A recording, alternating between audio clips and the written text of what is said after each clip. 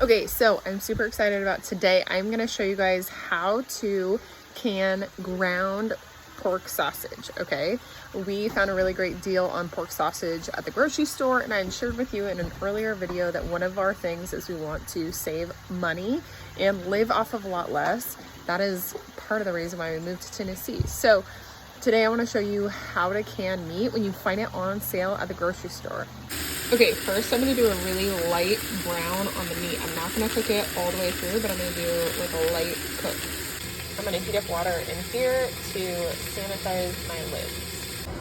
I'm also boiling water here, and I'm gonna top off the meat with this boiled sanitized water. Before getting started, I put all the jars that I needed in the dishwasher on sanitized. Okay, here I am cooking up the meat. Like I said, I'm not going to cook it all the way through. You'll still be able to see a little bit of pink. Okay, some recipes recommend adding salt or a bouillon cube or some seasoning. I'm going to just can the pork sausage as it is because it's already been seasoned by the store. So what I'm going to do is I'm going to pack that meat as tight as I can into the mason jars, and then I'm going to add a little bit of water. I'll show you. Meanwhile, I am prepping our outdoor canning situation. I just got this off of Amazon. I am obsessed with. It just hooks up to a propane tank and it goes outside. This is our pressure canner. You only want to do meat in a pressure canner. So just fill it up just a little bit. You can see where the water level is. I will get this going and heating up in just a minute. Okay, so I'm ready to pack. I have this to help me pack the meat. One thing that you'll want to also make sure that you have if you're packing meat is one of these, because you want to make sure to pack it not too tight, but tight enough to get that liquid down in there. So I'm going to keep finishing packing this. Okay, so you see I left space right here for the head, okay? So you want to pack it in, use your little tool, and then we're going to fill it to the top with hot water. So I have my steaming hot water. I'm just going to finish it off, go right to there. Then we want to make sure we wipe the tops so that it's going to seal properly, like that. And then I have the lids in super hot water. It's actually like pretty much boiling water. Make sure these are sanitizing. Boom. Okay, so I just finished my last jar of this one batch, and I got 1 jar per pound of meat, okay? So when I go to make a recipe later on, I'll know that each one of these jars is gonna be 1 pound of meat. You can see how I did the liquid at the top. You wanna make sure that you use this little stick again, push it down.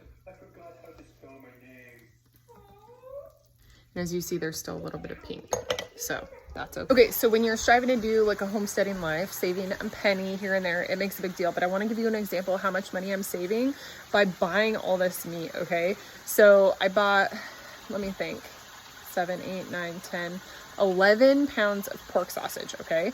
And it's Italian flavored, we use all the time.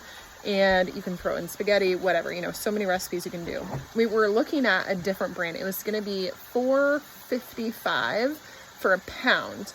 I got these for $2, some underneath $2, okay, for a pound. So that is gonna save our family a lot of money. So when you can buy meat on sale, if you have the ability and the knowledge to can it, it can really, really save you a ton. The other thing I love about canned meat, which I used to think it was like so weird and gross, is that it's so easy to use. So next time I'm ready to I need a quick meal, I can throw that in. I don't have to cook it first and add the spaghetti sauce, and boom, there's a meal for my family of 4 in just like minutes. Okay, so I got my canner lit. It's super easy to use. I just grabbed my propane tank and I'm gonna load up the rest of the jars. Okay, I've got all these jars packed up. This one's a little high, so I think I might take a little scoop out of that one and put it in this one. Okay, so I've got them all packed in here. One of the things with this pressure canner is you want to take a little bit of oil and rub it along the top here. It'll help get a good seal. Okay, another tip that I learned is to tighten the opposite. So this one, that one, that one, that one, that one, that one, and it will help equally seal the pressure canner. Okay, so I got my canner going. You see the steam is coming. I'm gonna take this weight and this will adjust the amount of pressure for where I live for this recipe, I'm doing 10 pounds. So it's going to generate 10 pounds of pressure. It will also say 10 pounds on here. And then we will set the timer. Just sit and wait and try and get the pressure like perfectly right. And you want to like keep it at that level, not too high, not too low for the prescribed. This is how I know that's the pressure. So I'm just gonna turn the heat down a tiny bit and try and get it just barely sizzling. Okay, so I just hit the 75-minute mark. So I'm gonna turn it off and I'm gonna let it cool off. And I'm gonna take my jars out. So I let it go down to temperature, down to pressure before I remove this as well.